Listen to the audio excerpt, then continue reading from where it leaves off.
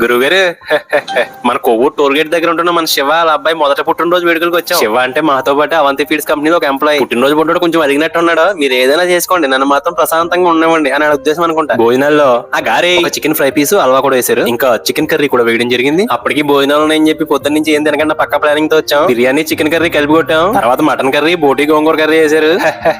గురువు గారు white rice తో కలిపి కొట్టేసాం. అవి కూడా ఈ ఐస్ క్రీమ్ ఏంటి నీరొంకాయ ఫ్లేవర్ అంటారా? కాదండి, జామకాయ ఫ్లేవర్. తింటే తెలిసిపోయింది. భోజనానికి మన కంపెనీ ఎంప్లాయీస్ చాలా మంది వచ్చారు.